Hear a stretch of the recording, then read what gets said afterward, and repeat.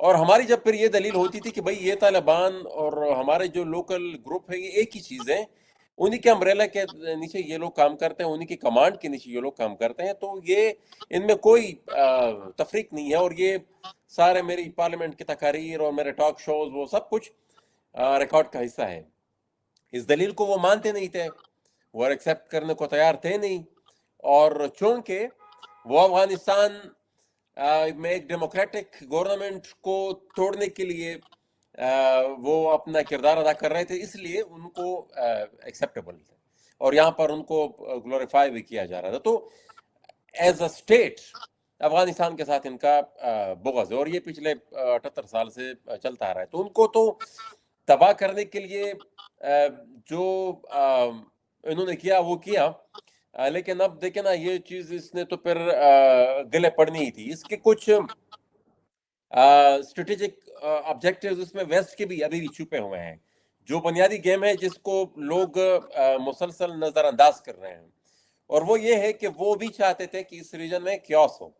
وہ آئے، انہوں نے یہاں پر ایک ڈیموکریسی بنانے کی کوشش کی، لیکن پھر جب انہوں نے دیکھا کہ بھائی چین جس طریقے سے یوز کر رہا ہے، اور یہ امریکن وہاں کی جو فال آف کابل ہوا، اس کے بعد جو سوال و جواب ہوئے ان کی پارلیمنٹ میں، اس میں بھی اس پہ بحث ہوئی، تو ان کا یہ کہنا تھا کہ یہ میرے خیال میں زلمی خلیفہ کی اسٹیٹمنٹ تھی کہ دیور فری، وہ فری میں انجوائے کر رہے تھے جو ہم نے وہاں پر امن لایا، جو ہم ایک سسٹم وہاں پر بنا کر چل رہے تھے۔ تو وہ جب یہ چائنیز ایکسپینشن ہو رہی تھی، وہ بڑے وہ ڈبل ڈیجٹ ان کی گروتھ بڑھ رہی تھی، تو ان کو پھر یہ خدشہ ہوا کہ یہ تو یہاں پر معاملہ گڑبڑ ہے، یہ لوگ تو بڑی تیزی سے جا رہے ہیں، ان کا کچھ حل نکالنا ہے۔ تو حل پھر انہوں نے یہی نکالا کہ انہوں نے پھر ریورس گیئر لگائی، طالبان کو ری انسٹال کرنے کے لیے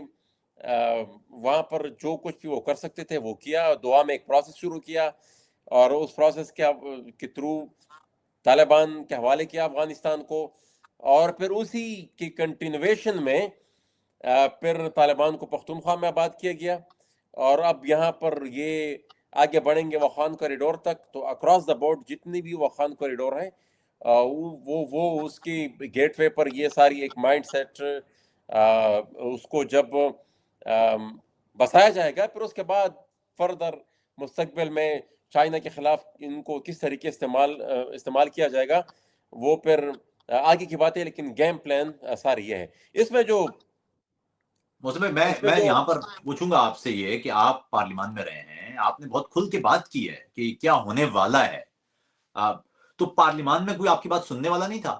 اس وقت جو پارلیمان میں پی ڈی ایم کی جماعتیں تھیں، یعنی جو اپوزیشن جماعتیں تھیں، یا جو حکومت میں جو عمران خان حکومت کے لوگ تھے، کوئی بھی سننے والا نہیں تھا۔ بہت سارے تو پشتون لوگ تھے، وہ شہریار آفریدی ہوں یا وہ مراد صحیح جو ان دنوں آپ کو بڑے انقلابی رنگ نظر آ رہے ہیں، یہ سب تو آپ کے خلاف اس وقت ہوا کرتے تھے۔ یہ معاملہ کیا ہے پھر؟ دیکھیں عاطف بھائی، یہ جو ہماری بڑی سیاسی جماعتیں ہیں نا، یہ جو پیریفریز ہیں، چاہے ایکس فاٹا ہو گیا، چاہے بلوچستان ہو گیا، پختونخوا، اور یہ ان تمام علاقوں کو صرف ملٹری کے اینگل سے دیکھتے ہیں، اور وہ ان کی جو پالیسی ہوتی ہے اسی کو یہ ٹوک کرتے ہیں، نہ ان کا اپنا کوئی ان کی ان تمام ریجنز کے بارے میں اوپینین ہے، نہ یہ اتنی وہ اس کو، کیونکہ وہ نہیں چاہتے کہ بھائی چند سیٹوں کے لیے اتنی بڑی کنفرنٹیشن ہم فوج سے کیوں لیں۔ ان کا فوکس صرف پنجاب کے حد تک، کیا ٹو سم ایکسٹینٹ سندھ کے حد تک میں، باقی ملک کے باقی حصوں میں ان کی کوئی توجہ۔ ہاں، یہ جو آپ نے بڑی انٹرسٹنگ بات کی کہ ابھی آج کل یہ جو ڈیبیٹ چل رہی ہے کہ کس نے ان کو دوبارہ واپس یہاں پر بسایا ہے، کس نے ان کے ساتھ باتیں کی۔ دیکھیں ساری چیزیں ریکارڈ میں موجود ہیں۔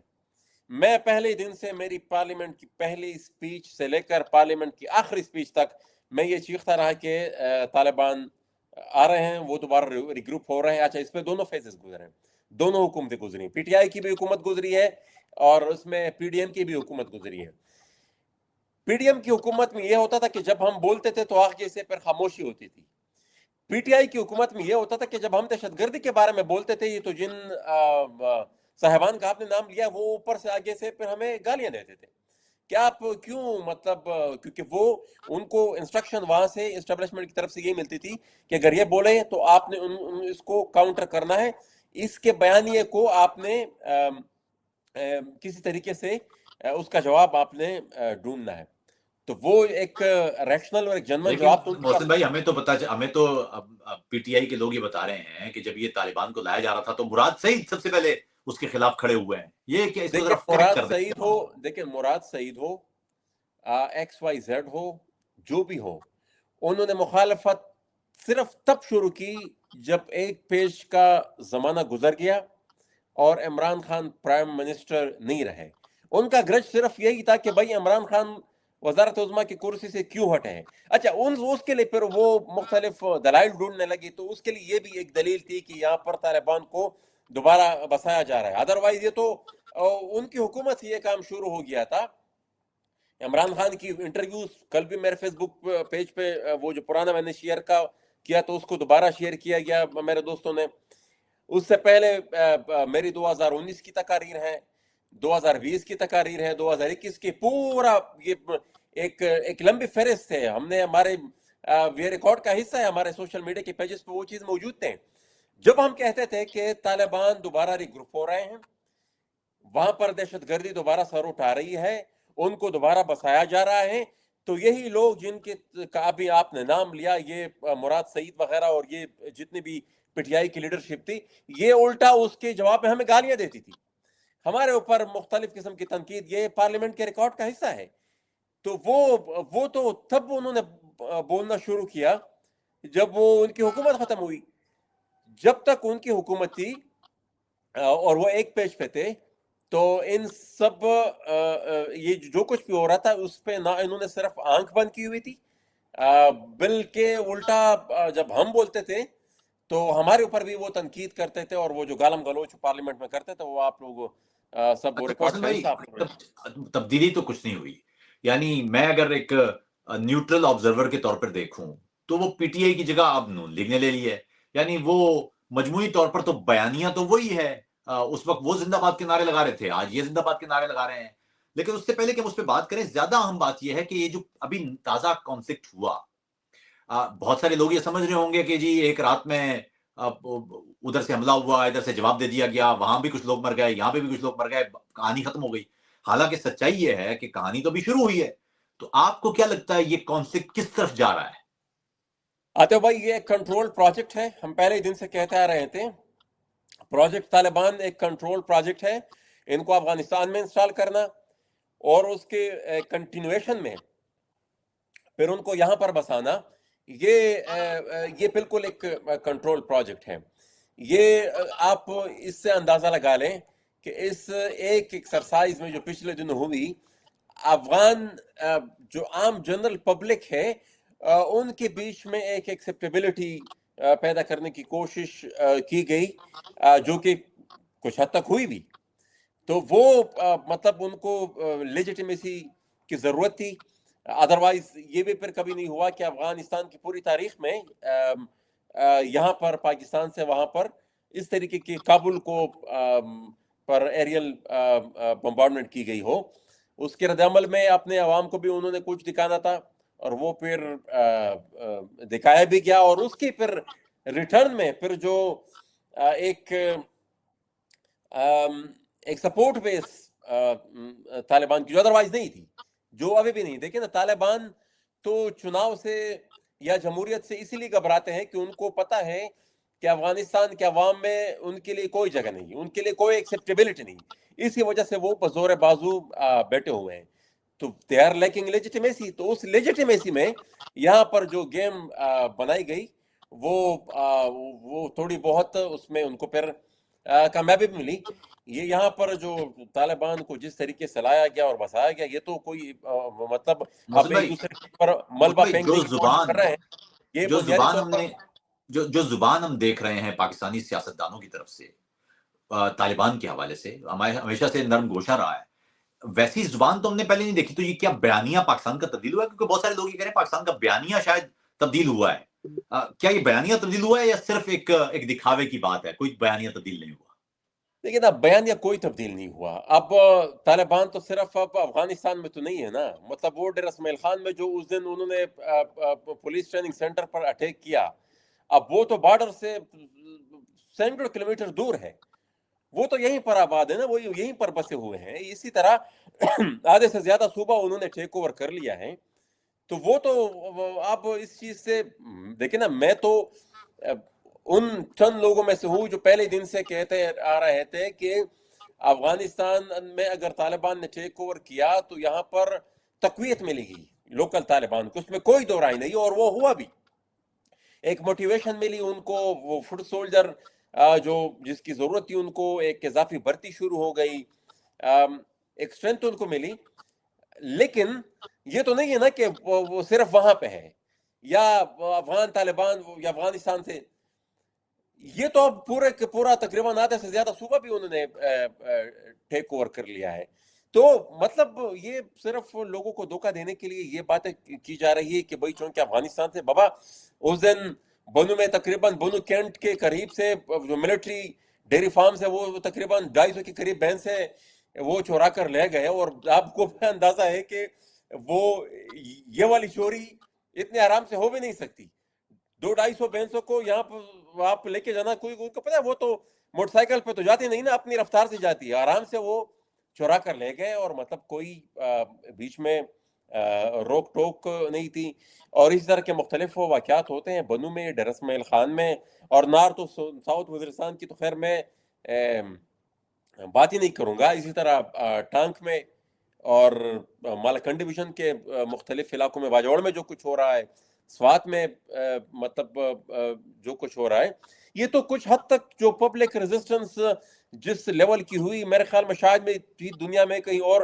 یہ جو مرود الزام ٹھہراتے ہیں پچھلے دنوں, جو اس پہ میں کمنٹ ضرور کروں گا, یہ جو آئی ایس پی آر کے ڈی جی صاحب نے یہاں پر پریس کانفرنس کی اور سارا ملبہ جو تھا وہ یہاں پر پختونخوا پر پھینکنے کی کوشش کی, میں چیلنج دیتا ہوں عاطف بھائی کہ جتنی ریزسٹنس ملیٹنسی کے خلاف, جتنے احتجاج, جتنے جلسے, جتنے جلوس پختونخوا میں جتنی ریزسٹنس ہوئی, شاید بھی کسی ایک قوت کے خلاف اتنی بڑے پیمانے پر احتجاج دنیا کے کسی کونے میں ہوئے ہو.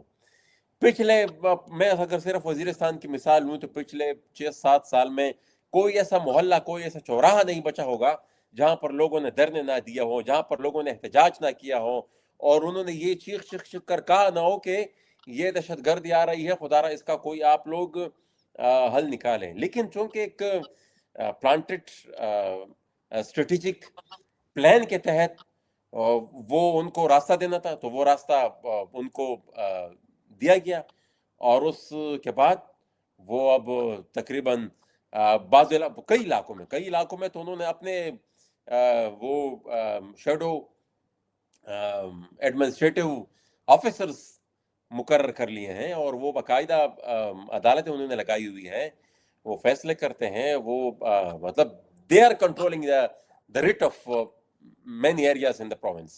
اچھا محسن یہ بتائیں کہ ابھی اس وقت جو پی ٹی آئی کا نیریٹو ہے, فار ایگزامپل کہ وہ یہ کہہ رہے ہیں کہ جی طالبان کے ساتھ بات چیت ہی کریں, یہ جو سرحدی ٹینشن ہے اس کو ختم کریں, مذاکرات کی طرف جائیں, علاقے میں آپریشن نہ کریں, اس کو آپ کس طرح سے دیکھتے ہیں؟ کیا یہ پاپولسٹ بات ہے, یہ بھی ایک ڈرامہ ہے, واقعی حقیقی معنوں میں پی ٹی آئی واقعی اس پر کھڑی ہے, یا یہ صرف ایک دکھاوا ہے؟ آتے بھائی میں اس پہ بڑا کلیئر ہوں, طالبان کے ساتھ مذاکرات نہیں ہو سکتے. ہاں یہ بات ہے کہ آپریشن بھی پھر اس میں جو اسٹیٹ نے کیے ہیں ان کا ریکارڈ ٹھیک نہیں ہے. وہ کرنا چاہیں تو بغیر آپریشن کے سب کچھ ٹھیک ہو سکتا ہے. مذاکرات تو دیکھیں نا, مذاکرات کے بہانے تو اگر جو بھی کوئی مذاکرات کا کہے گا ان کے ساتھ تو وہ ان کو لیجیٹمائز کر دے گا, اسٹرینتھ دے گا. اور یہ جو مذاکرات ہوئے بھی ہیں, اللہ کی فضل سے I was the only one, جتنی بھی نیشنل سیکیورٹی کی بریفنگز ہوئی یا جو پی ایم آفس میں جو بریفنگ ہوئی ہے, وہ سارے ریکارڈ کا حصہ ہے. میں نے پچھلے دنوں بھی ایک ٹویٹ کی تھی کہ ہر کوئی یہ دوسرے پر یہ ملبہ پھینکنے کی کوشش کر رہا تھا کہ اس نے سپورٹ کیا, اس نے سپورٹ کیا. میری گزارش یہ ہے کہ جتنی نیشنل سیکیورٹی کی میٹنگز ہوئی ہیں ان کا ریکارڈ پبلک کیا جائے, عوام کو پتہ چلے کہ کس کا کیا موقف تھا اس وقت اور کون بضد تھا کہ تو ان کے آپ تو ساتھ تھے اس میں، مذاکرات کر. آپ تو اس میں تھے، کیا موقف تھا اس وقت نون لیگ کا، پیپلز پارٹی کا، پی ٹی آئی کا، جو مین اسٹریم ہماری پارٹیز ہیں؟ دیکھیں میں نے گزارش کی کہ یہ ساری جماعتیں جو ہیں یہ ان کا ان ریجنز کے بارے میں اپنا کوئی موقف نہیں ہوتا. وہ سارے دیکھتے ہیں کہ بھائی ملٹری یا فوج کی انکلینیشن کس طرف ہے، تو وہ سارا پھر اپنا جو اپنی جو رائے ہے وہ اسی کے اس میں ترازو کی اسی اس میں ڈال دیتے ہیں. تو جتنے بھی نیشنل سیکیورٹی کی بریفنگز ہوئی، وہ جو فوجی کمانڈ اس وقت جو بھی تھی وہ اپنی بریفنگ میں اپنی بٹوین دا لائن رائے کا اظہار بھی کر دیتی تھی کہ ہم یہ چاہتے ہیں، باقی آپ لوگ بتائیں. اور پھر جب وہ ایک دفعہ کہہ دیتے کہ بھائی ہم یہ چاہتے ہیں، پھر لائن لگ جاتی تھی، سبھی پھر اسی لائن کو پھر ٹو کرتے تھے. اور پھر آخر میں بجنا چیز کے پر مخالفت کرنے سے مطلب وہ فیصلہ پھر بدلتا نہیں تھا. لیکن یہ ہے کہ ہم نے ریکارڈ کی درستگی کے لیے ہمیشہ جو بات درست ہے وہ کی، اور وہ ساری چیزیں ریکارڈ کا حصہ ہیں. اور یہ میں بغیر کسی اس کے یہ پی ٹی آئی کے دور سے شروع ہوئی، اور میں نے کل 2019 کا میرا ایک ٹویٹ ہے، کیونکہ اس وقت یہ مذاکرات جاری تھے اور ہم اس کی مخالفت کر رہے تھے، لیکن پھر پبلکلی بھی ہم نے اس چیز کو ایکسپریس کیا. یہ کوئی اکتوبر نومبر 2019 کی بات ہے کہ جب ہمیں پتہ چلا کہ بھئی ایک منسٹری کی بات ہو رہی ہے، ان کے ساتھ مذاکرات ہو رہے ہیں، تو وہ ہم نے اس وقت بھی کی. اچھا انٹرسٹنگلی آپ اس ٹویٹ کے نیچے پی ٹی آئی کی جو سوشل میڈیا ہینڈلز ہیں ان کا آپ ریئیکشن ذرا دیکھ لیں. انہوں نے اس پہ مجھے جو سنائی ہے، جو گالم گلوچ دیے، میں صرف یہ کہہ رہا تھا کہ آپ مذاکرات نہ کریں ان کے ساتھ. ان کو یہ جو دوبارہ منسٹری کی باتیں ہو رہی ہیں یہ باتیں آپ نہ کریں. صرف اس ٹویٹ پر آپ صرف ان کی ریپلائز دیکھ لیں. اچھا لیکن موسم بھائی ایمنسٹی بھی نہ کریں، آپریشن بھی نہ کریں، مذاکرات بھی نہ کریں، تو پھر کریں کیا؟ یہ تو آپ بڑا عجیب بات بتا یہ رہے ہیں. دیکھیں بہت ضروری بات ہے، بہت ضروری بات ہے. دیکھیں آتے بھائی، افغان طالبان کو اگر یہ پتہ چلے کہ پاکستان سیریس ہے، ان کے یہاں پر اسٹریٹجک بیسز ہیں، ان کے یہاں پر پرماننٹ ٹھکانے ہیں، ان کی فیملیز یہاں پر ہیں، ان کی بزنسز یہاں پر ہیں، کیونکہ ہمارے بھائی لوگوں نے ہی بنا کر دیے سب کچھ، وہی کنٹرول کرتا رہے تھے. وہ اگر چاہیں تو یہاں سے بھی ان کو کنٹرول کر سکتے ہیں. جنرلی اگر چاہیں تو صرف میرے خیال میں ان کا اشارہ ہی کافی ہوگا، کیونکہ افغان طالبان یہ سمجھتے ہیں اور ان پر یہ کنونس ہے کہ ان کا پرماننٹ ٹھکانہ افغانستان نہیں پاکستان ہے. وہ اس بات پہ بالکل کنونس ہے کہ افغانستان میں انہوں نے پرماننٹ رہنا نہیں ہے. وہ زبردستی کی ایک چیز انہوں نے اپنے ہاتھ میں لے لی ہے. یہاں پر بین الاقوامی انٹرسٹ اینی ٹائم بدل سکتے ہیں. جس طریقے سے ان کو جولی میں رکھ کر افغانستان دے دیا گیا تھا، وہ اینی ٹائم وہ واپس لیا بھی جا سکتا ہے. تو اس کو مد نظر رکھتے ہوئے وہ یہ مطلب ان کے in the back of their mind یہ بات ہے کہ ہماری جو پرماننٹ ٹھکانہ ہے وہ پاکستان ہے. اچھا واپس لے جانے سے تو ایک چیز یاد آ گئی. جی جی. جینون جو کنفرنٹیشن ہے وہ طالبان سوچ بھی نہیں سکتے. یہاں سے ان کو جنونلی اگر ایک ہماری اسٹیبلشمنٹ کنٹرول کرنا چاہے. دیکھیں میں عاطف بھائی ایک سمپل سی بات ہمیشہ کہتا ہوں، پوری دنیا کے لیے، پھر پاکستان کے لیے اکراس دا بورڈ ہم امن چاہتے ہیں، لیکن یہ جو پروجیکٹ طالبان ہے یہ پختونخوا کی حدود کراس نہیں کر رہا. پختونخوا کی حدود یہ کراس نہیں کر رہی. اس سے زیادہ میں اس پہ کمنٹ نہیں کرنا چاہتا. تو یہ کنٹرول پروجیکٹ ہے. ہماری فوج چاہے، ہماری ایجنسیاں چاہیں تو اس پروجیکٹ کو کنٹرول کرنا میرے خیال میں ان کے لیے بہت آسان ہے. ایک بلڈر جب ایک کاریگر جب ایک بلڈنگ بناتا ہے تو اس کو پتا ہوتا ہے کہ بھائی میں نے سریاں کہاں پر رکھا ہوا ہے، کتنا لگایا ہوا ہے، میں نے اینٹ کا کس چیز کو کہاں سے نکالنا ہے. ہی نوز کیونکہ وہ ان کو پتا ہے کہ میں اس چیز کا آرکیٹیکٹ ہوں. مجھے پتا ہے کہ بھائی میں نے کون سی چیز کہاں سے جوڑی ہوئی ہے. اچھا میں تو وہ بات کر رہا ہوں ایک واپس طالبان لینے سے، آپ نے کہا طالبان واپس کوئی لینے ایک سے، نیچرل محسن بھائی آپ نے طالبان کوئی ایک نیچرل موومنٹ نہیں ہے، ہم، وہ ایک نیچرل ایک خودرو تنظیم نہیں ہے، انہیں بنایا گیا ہے اور انہیں چلایا بھی جا رہا ہے. لیکن یہ بھی تو آپ دیکھ لینا کہ ان کو نقد کیش ملتا ہے، ہم، ان کو کیش ملتا ہے ویکلی. امریکہ سے نقد پیسے آتے ہیں، وہ جو بھی ان کا حکومتی نظام چلانے کے لیے ہے، اور وہ لوگ دیتے ہیں جن کو ہماری اسٹیٹ دن میں 1 درجن دفعہ نوبیل پرائز کے لیے نومینیٹ کرتی ہیں. تو انہوں نے تو کہا ہے کہ انہوں نے تو محسن بھائی کہا ہے بگرام واپس چاہیے، تو بگرام واپس ملے گا ان کو یا نہیں؟ انہوں نے تو ان کے طالبان نے تو پاس صاف منع پورا کر کا دیا. پورا افغانستان ہے، بگرام کیا چیز ہوتی ہے؟ وہی تو چلا رہے ہیں سارے ایئرپورٹس وغیرہ جو کچھ بھی ہے ان کے. دیکھیں نا ان کے پیسے سے چل رہا ہے افغانستان. وہ نقد کیش دیکھیں، وہ یہ امراللہ صالح نے کئی دفعہ openly with facts and proofs اس نے بیان کیا، اس کو امریکہ نے ابھی تک ڈینائی بھی نہیں کیا. تو وہ باگرام کیا پورا افغانستانی وہ چلا رہے ہیں، اور یہ جو گند وہ چھوڑ کر گئے ہیں وہ بھی ایک مقصد کے لیے چھوڑ کر گئے ہیں، یا مزید جو کچھ یہاں پر ان کا آگے مستقبل میں کرنے کا ارادہ ہے. تو یہ ایک کنٹرول پروجیکٹ ہے، بس وہ ریموٹ کنٹرول سے یہ ساری چیزیں.